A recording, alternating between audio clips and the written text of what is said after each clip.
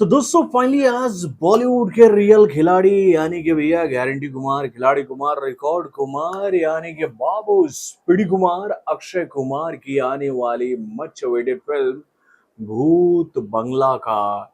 Trailer हम लोगों के सामने आ गया इस बात की जानकारी के साथ कि भैया आप इस फिल्म को देख सकते हो इसी महीने की 17 तारीख को वर्ल्ड वाइड। और अगर इस डेट से एक दिन पहले अगर आप इस फिल्म को देखना चाहते हो तो आप इस फिल्म को देख सकते हो पेड प्रीव्यू के माध्यम से थोड़ा ज़्यादा पैसा लगाकर। तो भाई ये ट्रेलर आज आने वाला है, इस बात की जानकारी तो ऑलरेडी मैंने आप लोग को दे दी थी। तो भैया कैसा है भूत बंगला का ये ट्रेलर, क्या इस ट्रेलर को देखकर हम ये बात कह सकते हैं कि भाई एक बार फिर से प्रियदर्शन और अक्षय कुमार की जो जोड़ी है वो बॉक्स ऑफिस पर आकर पब्लिक का दिल जीतने में कामयाब होगी, या फिर इस फिल्म में भैया भूल भुलैया वाला ही फील आ रहा है। यानी कि भैया राम जी आकर क्या भला करेंगे इस फिल्म का। चलिए इन बातों को समझने की कोशिश करते हैं इस फिल्म के रिएक्शन के माध्यम से। हेलो फ्रेंड्स, मैं हूं नरेंद्र और मैं आपका एक बार फिर से स्वागत करता हूं हमारे चैनल यानी कि भैया वायरल न्यूज जंक्शन में। तो दोस्तों इससे पहले कि मैं आप लोगों के सामने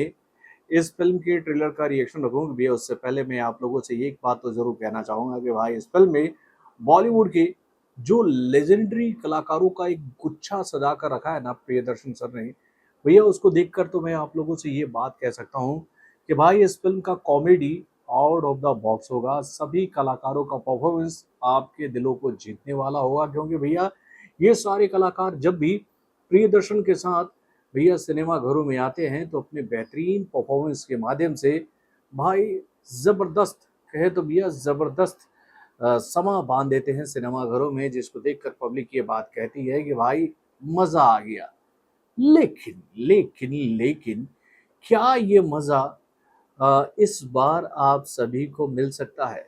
ये सवाल थोड़ा सा गहरा हो गया है इस फिल्म के ट्रेलर को देखने के बाद। दोस्तों मैं आज जब इस फिल्म के ट्रेलर को देख रहा था, 3-4 बार मैंने इस फिल्म के ट्रेलर को देखा, तो मैंने एक बात देखी कि भाई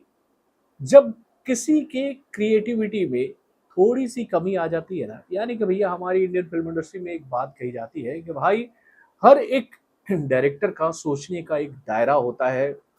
उसके पास क्रिएटिविटी का जो पोटला होता है उसमें कुछ सीमित क्रिएटिविटी होती है। अगर वो उसमें बदलाव नहीं करता है तो उसकी क्रिएटिविटी जो है वो सिमिलर होती चली जाती है।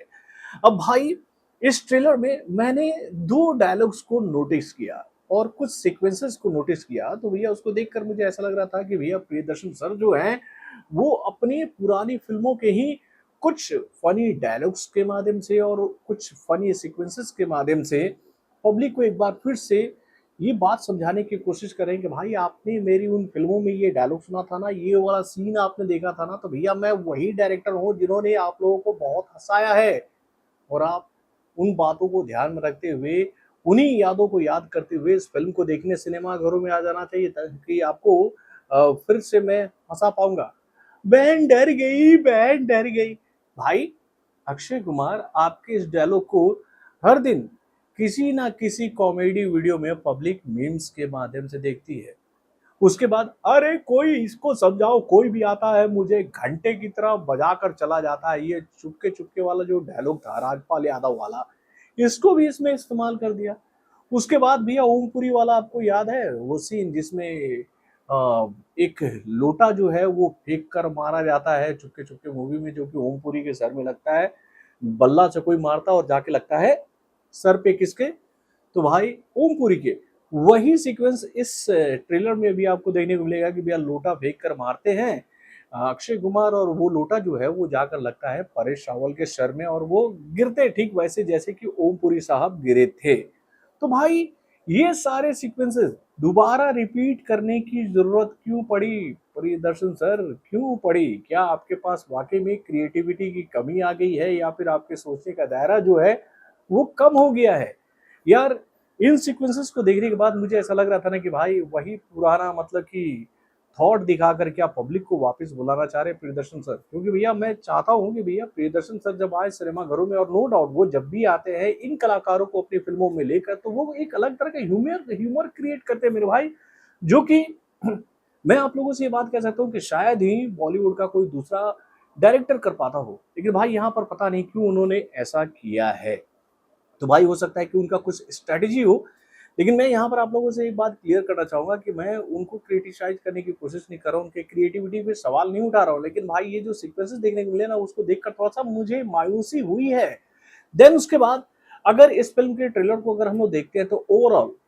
अब इस फ़िल्म को लेकर ये बात कही गई है कि इस फ़िल्म में कॉमेडी का ज़बरदस्त तड़का होगा, तो भाई नो डाउट ट्रेलर में देखकर कॉमेडी देखने को मिल रही है, लेकिन ये कॉमेडी ऐसा नहीं है कि जिसको देखकर मैं हँसूँ, हा, हा, हा, हा, मज़ा आ गया यार। ऐसा कोई सीक्वेंस मुझे ऐसा इस ट्रेलर में देखने को नहीं मिला जिसको देखकर हँसी छूटे। और उसके बाद अगर हम लोग हॉरर फ़िल्म की बात करें, क्योंकि भैया इस फ़िल्म को लेकर ये बात कही जा रही है कि भैया इस फ़िल्म में हँसी के साथ आपको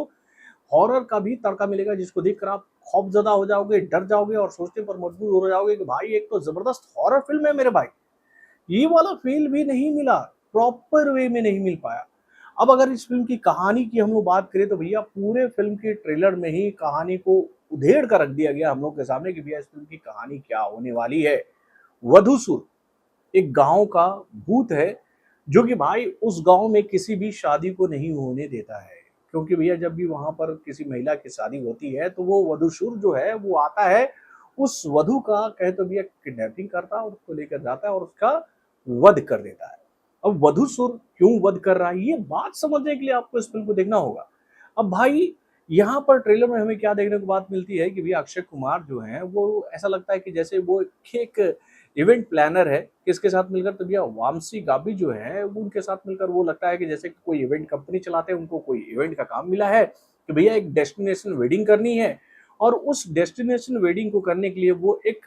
हवेली में आते हैं और वहाँ पर आकर वो शादी की तैयारियां करें, जहाँ पर रानी से उनकी मुलाकात होती है। परेश रावल जो है वो उस हवेली के मालिक है और भाई असरानी उनको ये बात समझाने की कोशिश करते हैं कि यहाँ पर किसी की शादी नहीं होती है, अगर यहाँ पर कोई शादी करता है तो भैया वधूसुर आता है और उस महिला का अपहरण करके उसकी हत्या कर देता है। अब ये बात तो क्लियर हो गई कि भैया ये लोग शादी करवा रहे हैं किसी की शादी यहाँ होने वाली है और ट्रेलर के शुरुआत में ही ये बात बता दी जाती है कि भैया वधूसुर को कोई फिर से जीवित करने की कोशिश कर रहा है, यानी कि भाई उन मंत्रों को तोड़ने की कोशिश कर रहा है जो कि भैया वधूसुर को बांध कर रखा है, उसको कोई डिस्ट्रॉय करते हुए वधूसुर को बाहर निकालना चाहता है। अब भाई वो कौन होगा, वो बात समझने के लिए आपको इस फ़िल्म को देखना पड़ेगा। अब हो सकता है कि वो अक्षय कुमार हो या फिर वो जिशु सेनगुप्ता हो। अब यहाँ पर एक सवाल उठ रहा था इस फ़िल्म के टीज़र को देखकर पब्लिक ये बात कह रही थी कि भैया थोड़ा-सा इस फ़िल्म के टीज़र को देखकर ऐसा लगता है कि भाई हम भूल-भुलैया के सीक्वेंसेस को देख रहे हैं। और भाई नो डाउट ये बात इस ट्रेलर में प्रूफ होती नज़र आ रही है। क्योंकि भैया तब्बू के किरदार को जिस तरह से दिखाया जा रहा है इस ट्रेलर में, वो पास्ट वाली कहानी है मेरे भाई। यानी कि भैया भूतकाल में तब्बू जो है वो एक डांसर के रूप में नज़र आ रही हैं। जैसे कि भैया उसमें क्या नाम था वो यार भूल-भुलैया में मंजुलिका। मंजुलिका के किरदार में वो नज़र आ रही हैं, वो डांस भी कर रही हैं, गाना भी गा रही हैं, सीक्वेंसेस कुछ ऐसे ही चल रहे हैं जैसे उस गाने में भी जो अपनी विद्या बालन थी वो किसी के साथ डांस करती थी और उसको प्यार करती थी और उसकी शादी उनसे नहीं करने दी जाती, जिसकी वजह से वो भूत बन जाती है। सेम सीक्वेंस इस ट्रेलर में भी हमें देखने को मिल रहा है। अब यहाँ पर एक ट्विस्ट है कि भाई तब्बू के साथ उस वक़्त था कौन? क्या वो अक्षय कुमार थे या फिर कोई और था? ये बात समझने के लिए ही आपको सिनेमाघरों में ये फ़िल्म देखने जानी पड़ेगी, नहीं तो भैया ओवरऑल पूरी फ़िल्म की कहानी को इस फ़िल्म के ट्रेलर के माध्यम से खोल कर रख दिया गया है। यानी कि भाई फ़िल्म के ट्रेलर में कोई ऐसा हुक पॉइंट नहीं है जिसको देखकर हम ये बात कहें कि भैया इस फ़िल्म की कहानी ने मुझे घुमा दिया है और इस फ़िल्म को हमें देखने जाना पड़ेगा ट्रेलर को देखने के बाद सिनेमाघरों में। हाँ, इस फ़िल्म को लेकर मैं आप लोगों से एक बात कह सकता हूँ कि भैया प्रियदर्शन सर को हम लोग अंडर एस्टिमेट नहीं कर सकते हैं। वो एक ऐसे डायरेक्टर हैं जो कि भी अपने ह्यूमर के माध्यम से पब्लिक को हँसाने में हमेशा कामयाब रहे हैं। भाई उनकी फ़िल्मों के ट्रेलर ने भले ही पब्लिक को ना हँसाया हो सोशल मीडिया पर, लेकिन भाई जब उस फ़िल्म को देखने के लिए ऑडियंस सिनेमाघरों में गई है, तो भाई उनकी हर एक फ़िल्म ने पब्लिक का दिल जीता है, भैया प्रियदर्शन सर के क्रिएटिव थॉट के माध्यम से। तो भाई मैं यहाँ पर यही उम्मीद करके इस फ़िल्म को देखने की कोशिश करूँगा कि भाई हो सकता है कि ट्रेलर में जो मज़ा हमें नहीं मिला, वो मज़ा हमें सिनेमाघरों में मिले। लेकिन यहाँ पर एक बात तो हम आपसे कह सकते हैं कि भाई चाहे वो बात करें अक्षय कुमार की, या फिर वो बात करें परेश रावल की, या फिर वो बात करें असरानी की, या फिर राजपाल यादव की, ये सारे कलाकार कॉमेडी का तड़का तो लगा रहे मेरे भाई, जो कि उनका कहते भैया मजबूत ताकत है। तो आप अपने कमेंट के माध्यम से हमें ज़रूर बताइएगा कि भैया आपको ये ट्रेलर कैसा लगा। अगर आप लोग मुझसे ये बात कहोगे तो मुझे ये ट्रेलर एवरेज लगा मेरे भाई, यानी कि भैया जितनी भी बाकी फ़िल्में आई थी ना प्रियदर्शन सर की इससे पहले, वैसी ही बात मुझे नज़र आई इस ट्रेलर में। कुछ नया कहूँ ना तो लग ही नहीं रहा था यार। एक टाइम मुझे ऐसा लग रहा था ना कि भैया मैं भूल भुलैया का पार्ट 1 जो था ना यार, भूल भुलैया के पार्ट 1 का ही